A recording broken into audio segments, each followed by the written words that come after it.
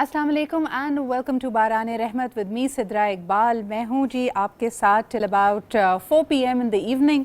और आज का प्रोग्राम यकीनन क्योंकि संडे का रोज़ है, सब लोग घर में मौजूद हैं और कल की सूरत हाल के बाद जिस तरह हमने देखा कि 12-13 घंटे हम सब टेलीविज़न स्क्रीन के सामने मौजूद थे सिर्फ ये अंदाज़ा लगाने के लिए कि होने क्या वाला है।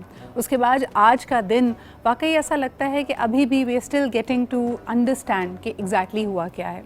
यकीनन हम देखते थे कि एक सियासी सूरत हाल में दो हरीफ आमने सामने, बल्कि ये कहना चाहिए कि इमरान खान साहब के सामने तमाम ही अपोजिशन की जमातें एक साथ कमर बस्ता होके अदम एतमाद की तहरीक लेके आई, जो कि अगर आप कुछ महीनों तक लोगों से पूछते, yes it was the writing on the wall, बड़ी मुश्किलात उनकी हुकूमत के लिए लग रही थी, लेकिन फिर भी जिस तरह का अनसेरेमोनियस डिपार्चर उनका कल हुआ है शायद इसका अंदाज़ा कोई नहीं लगा सकता था। पहले जिस तरह अदम एतमाद की तहरीक पे राय शुमारी ना होने देना, फिर तमाम ही 3 अप्रैल के जो मामलात हैं उनको कल अदम करार देना, और कल भी ऐसा लगा कि बिल्कुल last minute because supreme court के ऑर्डर्स के मुताबिक कल की तारीख बदलने से पहले राय शुमारी होनी थी। लेकिन सूरत हाल इस वक्त जो लोग हामी हैं यकीनन PTI के, और आज उन्होंने एहतजाज की कॉल भी दी है कि इशा के बाद मुख्तलिफ जगहों पर लोग बाहर निकलें, अपनी जो सपोर्ट है उनके साथ उसका इजहार करें। आई थिंक कि उन सब लोगों के लिए आज का दिन शायद काफ़ी नाउमीदी और तकलीफ़ लेके आया है। लेकिन इससे भी ज़्यादा तकलीफ़ इस बात की है कि पाकिस्तान में फॉर वट एवर रीज़न, यानी कभी ना कभी ऐसी सूरत हाल ज़रूर होती है कि for every prime minister it is impossible to complete the term. अभी भी हम देखते हैं कि the record is held by Liaquat Ali Khan sahab, जिनका इक़्तिदार 1524 दिन तक रहा एंड देन ऑफ कोर्स उनकी असैसिनेशन हुई। इस वक्त पाकिस्तान में अगर 1947 से देखा जाए 19 वज़राए आज़म रह चुके हैं, जिनमें से कोई भी अपना टर्म कंप्लीट नहीं कर पाया है। इसके अलावा 23 साल पाकिस्तान के बनने के बाद यानी 1970 में पहली दफ़ा जनरल इलेक्शंस होते हैं। सबसे कम इक़्तिदार 13 दिन का भी रखा गया है।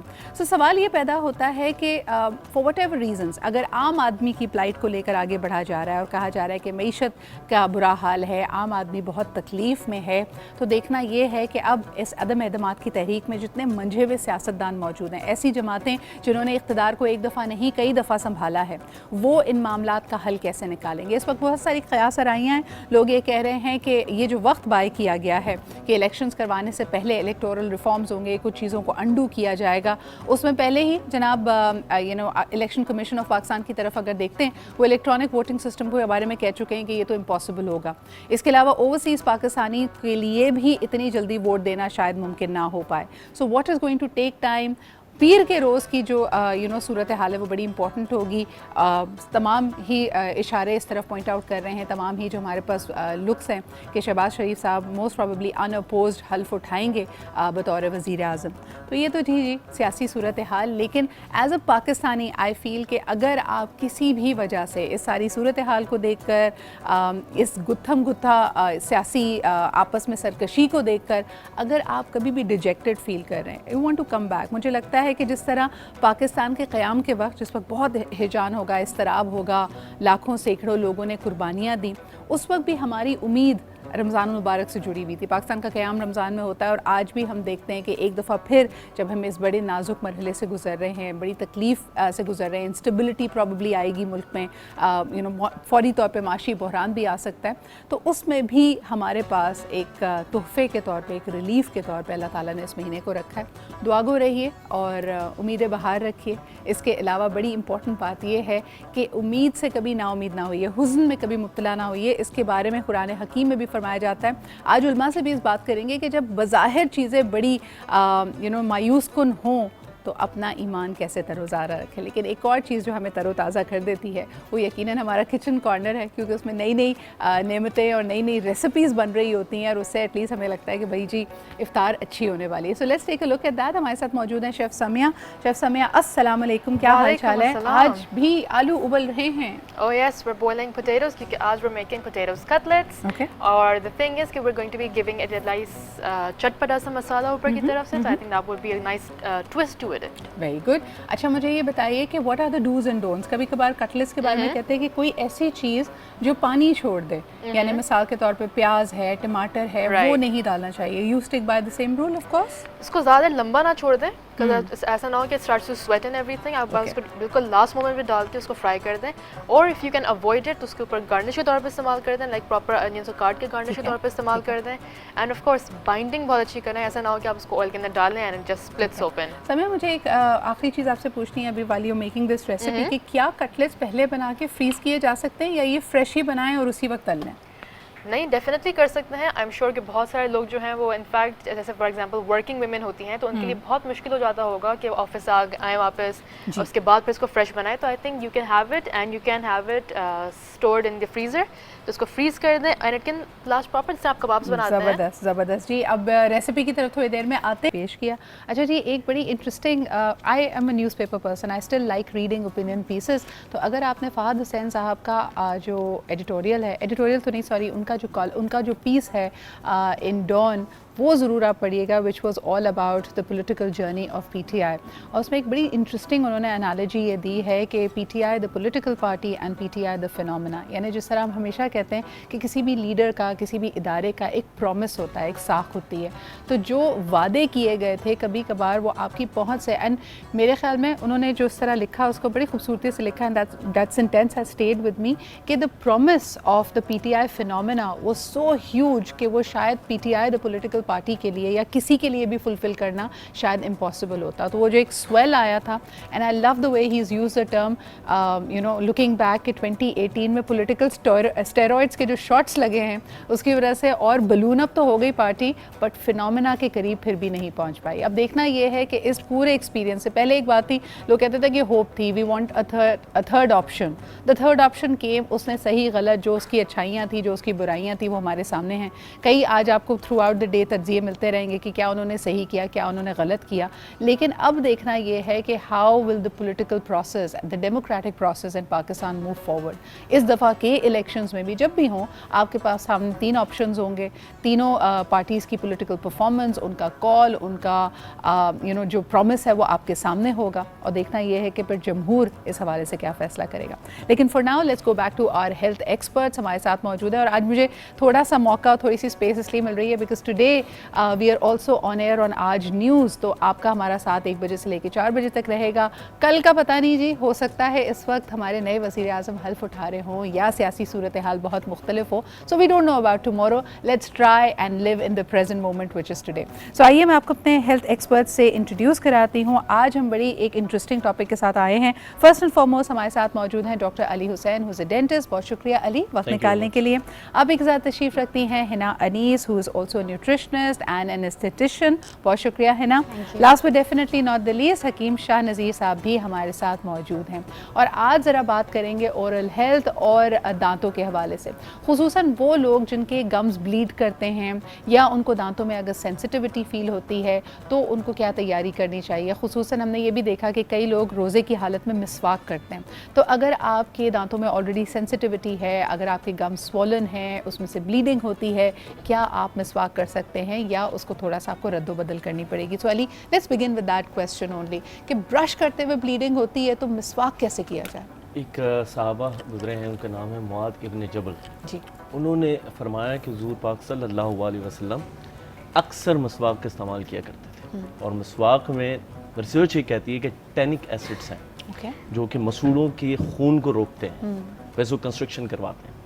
साथ में एरोमेटिक ऑयल्स हैं जो कि हमारे स्लेवरी ग्लैंड्स को स्टिमुलेट करते हैं। सही। अब उसका फ़ायदा फास्टिंग में कैसा है?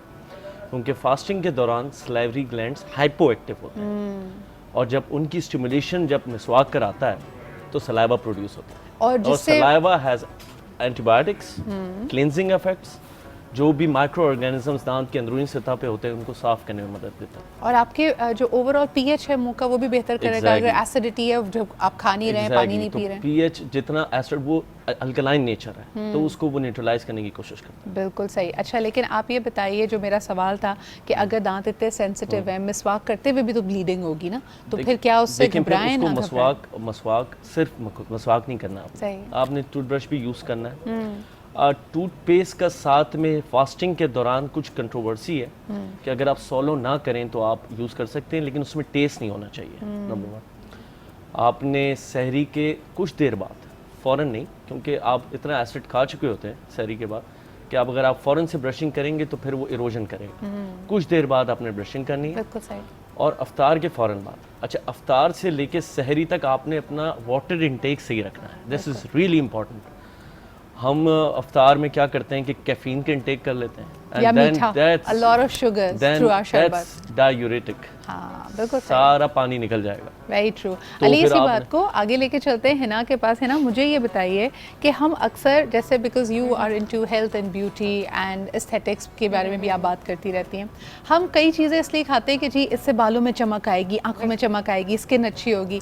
हम दांतों के लिए कभी कुछ इस तरह की बात नहीं करते, यार ये खाएं इससे दांत मजबूत होंगे। क्यों? पता है क्या है कि दांत भी हमारी बॉडी का वैसे ही हिस्सा है जिसको भी प्रॉपर नरिशमेंट की ज़रूरत होती है, जिस तरह स्किन, हेयर्स एंड नेल्स को होती है। लेकिन दांत हमारे यहाँ बहुत ही, कहते हैं ना कि कोई नज़रअंदाज हो जाते हैं, समझ ही नहीं आते लोगों को कि इसकी केयर कैसी करनी है। बहुत से बहुत जाके कोई ना कोई एस्थेटिक प्रोसीजर करवा लिया, बट उसकी बीमारियों से पहले केयर करना, छोटी छोटी चीज़ों का ख्याल रखना, जिस तरह डॉक्टर अली ने भी कहा कि ब्लीड कर रहे होते हैं, एनुअल क्यों कर चेकअप्स रहे होते हैं? कराना। एनुअल चेकअप्स करवाएं, आप जाएं, फिर अपनी न्यूट्रिशनल डेफिशिएंसीज को देखें कि विटामिन B12, विटामिन A की कमी से दांत ब्लीड कर रहे होते हैं। अगर आपने B12 प्रॉपर्ली नहीं लिए, कहीं ना कहीं कमी है, तो आपके दांत भी ब्लीड करेंगे। अगेन आपके दांत मजबूत कैसे होंगे? कुछ लोगों को फील होता है कि दांत हिल रहे हैं अंदर से, विटामिन D और कैल्शियम की कमी होती है। अच्छा, I want to take that up. एक हाँ चीज़ जी, ऐड कर लूँ मैं कि विटामिन डी के साथ साथ vitamin C which is related to the gums, हम क्या करते हैं कि विटामिन सी के सप्लीमेंट्स लेते हैं जो कि enriched होते हैं ascorbic acid में। ascorbic acid is not completely vitamin C, उसके 3 और कंपोनेंट्स हैं। तो आपने vitamin C in form of fruits या वेजिटेबल्स ज़रूर लेना है। आप अमरूद ले सकते हैं, आप कीनू शिमला मिर्च ले सकते आप हैं। शिमला मिर्च ले सकते हैं, आप कीनू ले सकते हैं। अमरूद में कीनू से कहीं ज़्यादा विटामिन सी होता है। अच्छा, और हमेशा पहले बचपन में दिखाया जाता था कि अगर कोई मुझे याद है कि एड्स होते थे, आपको भी याद होगा शाह साहब, कि इफ़ दे हैड मजबूत दांत दिखाने होते थे, कहते दांतों से अखरोट तोड़ लिया या गन्ना चबा के खा लिया। लेकिन वो काफ़ी ट्रॉमेटिक है। आजकल हमारी डाइट इतनी सॉफ्ट हो गई है कि हमारे दांतों को आदत ही नहीं है ऐसी कोई मजबूत खाना खाने की। इस पर आप क्या कहेंगे? देखें, आजकल जिस तरीके से जो इन्वायरमेंट चल रही हैं, इसमें आपने देखा होगा कि जो सी साइड के करीब रहते हैं या आम तौर पे भी लोगों को एलर्जी की प्रॉब्लम रहती है। एलर्जी से भी जो है वो दांतों पे असर पड़ता है, मैदे की तेज़ाबियत से भी दांतों पे असर पड़ता है, डायबिटीज़ की वजह से भी दांतों पे असर पड़ता है, इससे आँखों पे भी असर आता है। इसी तरीके से जब दांत ख़राब हो रहे होते हैं तो आपने देखा होगा दांत का टुकड़ा टूट जाता है मुँह में, ठीक है, चिप ऑफ हो जाता है। जी हाँ, एक ये चीज़ होती है। दूसरा, गर्म ठंडा लग रहा होता है, साथ में बाज़ लोगों को ब्लीड भी आ रहा होता है, और अगर पानी भी पीते हैं तो बहुत तेज़ गर्म लगता है या बहुत तेज़ ठंडा लगता है। तो आज हम कुछ चीज़ें ऐसी एक बनाकर भी हम दिखाएंगे डेमो करके कि आप अपने दांतों की हिफाजत किस तरह कर सकते हैं और उसकी सफाई का ख्याल किस तरह कर सकते हैं, और दांतों में अगर अचानक दर्द शुरू हो जाए तो आप क्या कर सकते बिल्कुल सही। हैं। लेकिन एक अच्छा, चीज़ मुझे जिस ये तरीके बताएं से कि क्या अभी डॉक्टर जी। अली ने और हिना ने भी बताया, बहुत अच्छा कि ब्रश की टाइमिंग्स बताई हैं। लेकिन अगर आपको जैसे बहुत ज़्यादा सेंसिटिव हैं दांत आपके, तो उसमें आपको गर्म ठंडा महसूस होता है, तो नमक और जो गर्म पानी है ये हर थोड़ी देर के बाद कुल्ली कर लेनी चाहिए। हाँ, थोड़ी थोड़ी देर वो तो बाद, थोड़ी थोड़ी एंटीसेप्टिक। आप लोग भी ये गागल का मशवरा देते हैं गार्गल ना का अली? मशवरा देते हैं। स्पेशली हेलिटोसिस की कंप्लेन, मुंह से बदबू आने की कंप्लेन रमज़ान में बहुत होती है। ऑल्दो इसमें कुछ एक रेलिवेंसी भी है। नहीं, वो देखिए, जब आपका कि स्टमक मुझ एम्प्टी से होगा तो compare फिर किया गया। आपका जाहिर सी बात है आपकी एक स्टिंच सी आती है। लेकिन आम दिनों में भी लोग कहते हैं कि सुबह मैंने ब्रश किया था और उसके बावजूद मेरे मुंह से स्मेल आ उसकी रही है। वजह यह है कि हमने मसूड़ों की सफाई कभी नहीं कराई होती। जो जरासीम दांत के अंदरूनी सतह पे होते हैं वो तो वहाँ पर पहले से मौजूद सही। हैं, लेकिन हमारे यहाँ जो मसूड़ों की सफाई से स्टिग्मा जोड़ दिया गया है कि दांत कमज़ोर हो जाते हैं, वो हमें ख़त्म करने की ज़रूरत है। साथ साथ फास्टिंग की वजह से जो इरोजन होती है, हाइपर रिफ्लेक्स होता है एसिड का मुंह में, इसके साथ साथ क्लेंचिंग की कंप्लेन होती है। क्लेंचिंग क्यों? क्योंकि स्ट्रेस होता है, कॉर्टिसोन रिलीज़ होता है फास्टिंग के दौरान, जो एंजाइटी का जो हार्मोन है, उससे कंट्रोल करने के लिए कुछ लोग रिकमेंड करते हैं कि आप फास्टिंग के दौरान नाइट गार्ड पहना करें, ताकि आपस में दांत जो मारते वक्त ग्राइंडिंग है ना, exactly, अपनी क्लेंचिंग एंड उसकी ग्राइंडिंग चीज़, ना करें। exactly। और दूसरा ये भी कि हड्डियां भी ज़्यादा चबा चबा के ना खाएं। अक्सर डेंटिस्ट आपको ये कहते हुए नजर आएंगे कि आपने दांत ग्राइंड, या तो आप गुस्से में थे और रात को सोते सोते दांत पीस रहे थे, या जी आपके यहाँ और कोई वो जो नली निहारी जरासीम बनी है, थी और आपने उसके साथ सिद्रा, काम जो किया। जरासीम है मसूड़ों के, दे लव प्रोटीन। वो जो खाना फंसता है दांतों के बीच में, स्पेशली जो चिकन और जो फिश है, जब हम खाते हैं इफ्तार में, तो वो अगर हम फ्लॉस नहीं करेंगे, फ्लॉस और टंग स्क्रैपर्स हमने यूज़ करने हैं फास्टिंग में। बिल्कुल सही। पोस्टीरियर सरफेस जो पीछे की सरफेस है हमारी टंग की, वहाँ पर बिल्कुल भी सलावा कम होता है, तो वहाँ से आपने स्क्रैप करना है जो खाना वहाँ पर रहेगा। साथ साथ फ्लॉसिंग का तरीका प्रॉपर होना चाहिए, टूथपिक यूज़ नहीं करना, फ्लॉस को दांतों के कॉन्टेक्ट्स के बीच में से गुजारना और है। बहुत अर्ली एज में आप छोटे बच्चों की ये हैबिट फॉर्मिंग कर सकते हैं। बट है ना, coming back to you know the aesthetic side of it, आपको लगता है कि अब ज़्यादातर, जैसे आपने कॉस्मेटिक प्रोसीजर की भी बात की है, a lot of people are very aware कि दांत खूबसूरत दिखने बिल्कुल चाहिए, ऐसा है। अलाइंड होने चाहिए, Exactly. मोतियों की तरह सफ़ेद होने Exactly. चाहिए। पहले अगर क्राउडिंग होती भी थी तो people were not really bothered as much. नहीं, अब तो बहुत है। इनफैक्ट मैंने ही डॉक्टर अली से कांटेक्ट किया। बहुत सारे मेरे ऐसे पेशेंट्स आते हैं कि जब हम उनके स्किन ट्रीटमेंट्स कर रहे होते हैं तो उनके टीथ प्रॉपर नहीं होते, स्माइल प्रॉपर नहीं होती, वो कहते हैं ना हॉलीवुड स्माइल। तो आजकल लोग आके रिक्वायर्ड कर रहे होते हैं। पेशेंट बहुत अवेयर हैं इन चीज़ों से। इनफैक्ट उनको प्रोसीजर्स के नाम तक पता है कि हमें ये प्रोसीजर्स करने हैं। सही। तो और एग्जैक्टली देखिए ना, जो भी कहते हैं ना कि सोसाइटी की डिमांड होती है उस पर आगे जाना चाहिए। हर किसी को खूबसूरत दिखने का हक है। दिस, लेकिन अली, वुड यू एग्री कि teeth give away your age as well? जैसे जैसे आपकी Yes. उम्र बढ़ती है तो आप देखें कि एक तो आपके जबड़े की साख बदलेगी, दांत Yes. आपका पीला या ख़राब हो जाएगा, Exactly. तो it gives away the fact that you are दांतों एजिंग। में जो एट्रीजन घिसने का मसला सबसे पहले होता है, हमारे टिश्यूज दबना शुरू हो जाते हैं, दांत क्योंकि मिसिंग होते हैं, तो वहाँ से हमारा जो है ना मुंह टेढ़ा होना शुरू, लिप ड्रॉप होना शुरू होता है, हमारे स्केलेटल की जो ग्रोथ है वो रिड्यूस होना शुरू हो जाती है, बोन रिजॉर्प्शन होती है हमारे मुंह में। तो इसके बाद लेकिन मैंने ये चीज़ देखी है कि आफ्टर 40s पेशेंट्स का रुझान अपने दांतों की तरफ बढ़ जाता है। अर्ली एज में अगर हम ये चीज़ें शुरू कर दें, मतलब अर्ली 20s में अगर हम अपने मसूड़ों के दांतों का ख्याल रखना शुरू करें तो फिर लेट 40s में हमारे दांत सही रहेंगे। आपने फिर हम- एवरेज एज क्या देखी है लोगों की? यानी हम छोटे बच्चों को कहते हैं कि यार ये चॉकलेट ज़्यादा खाते हैं, मीठा ज़्यादा खाते हैं, इसकी वजह से इनकी दांत में कीड़ा लगा हुआ है, लेकिन टू दी एक्सट्रीम पॉइंट कि या तो दांत निकालना पड़ जाए या रूट कनाल करना पड़ जाए, ये कौन सी एज में हमारे यहाँ यूजली हो रहा होता है? देखिए, रूट कैनाल अनफॉर्चुनेटली कराची में जो मैं प्रैक्टिस कर रहा हूँ, मैं यंग एडल्ट्स को रूट कैनाल्स मैं ज़्यादा करता हूँ as compared to old age people. Really? And it's very hard कि ओल्ड लोगों को, बूढ़े लोगों को, या फिर जो अब Senior लेट citizens हैं। 50s में सीनियर, उनको कन्विंस करना रूट कैनाल के लिए, क्योंकि उन्होंने तो एक मिथ बनाई हुई है रूट कैनाल से दांत बचता ही नहीं है, आखिर में हमें दांत निकलवाना पड़ता है। तो उन्हें कन्विंस करना रूट कैनाल के लिए, दैट्स अ सेविंग प्रोसीजर। ख़त्म नहीं कर रहे हैं दांत को, बचा रहे हैं, वहाँ पर रखेंगे, उससे फंक्शन लेंगे। अच्छा, जो एडल्ट्स हैं हमारे, यंग एडल्ट्स हैं, उनमें रूट कैनाल ज़्यादा इसीलिए है क्योंकि they are in stress, they are busy in their lifes, they think that जो दांत हैं वो एक सेकेंडरी चीज़ है जो हमें जो Poor बाहर से hygiene. एग्जैक्टली तो वो ना अपने मसूड़ों की सफाई करते हैं। And then within Karachi you know कि गुटखा, पान छालिया की जो यूजेज है इतनी ज़्यादा है, इतनी ज़्यादा डिपेंडेंसी हुई हुई है व्हाट्स द कि- एवरेज एज, यंग एज कि जिसमें आप समझ लें कि 25 से 30 के बीच में Wow. ज़्यादा लोग रूट कैनाल करवाते हैं। हाँ। एंड और उसके बाद ये होता है कि द मोमेंट मैंने उनकी फर्स्ट विजिट कर ली, पेन उनका ख़त्म कर दिया, सेकंड विजिट के लिए वो तब तक नहीं आएंगे जब तक वो फ्लेयर जब अप नहीं तक होगा। दोबारा दर्द ना हो। एग्जैक्टली। Oh God. तो ये जो चीज़ें हैं ये हम बड़ी कॉमन प्रैक्टिस होती है। आए हैं हमारे साथ मौजूद हैं शाह नज़ीर साहब, जिनके पास कुछ रेमेडीज़ हैं। आखिरी 5 मिनट हैं सेगमेंट के, तो जल्दी जल्दी आपको रेमेडीज़ बताते हैं। जी सर, जल्दी से बताएं। जी अच्छा, मैंने अक्सर लोगों को देखा वो दांतों पे जोर जोर से ब्रश कर रहे होते हैं, जो कि गलत तरीका है। बिल्कुल हल्के हल्के आराम आराम से किया करें ब्रश। और दूसरा, अपने दांतों को साफ़ करने के लिए दांतों में गर्म ठंडा लगता हो, खून आता हो या मसूड़ों में स्वेलिंग महसूस होती हो, तो ऐसी सूरत में अगर बहुत ज़्यादा शिद्दत की तकलीफ हो तो अपने डेंटिस्ट से ज़रूर रुजू करें। और एक छोटी सी रेमेडी बता रहा हूँ, आपने लेना है लाहौरी नमक, ओके।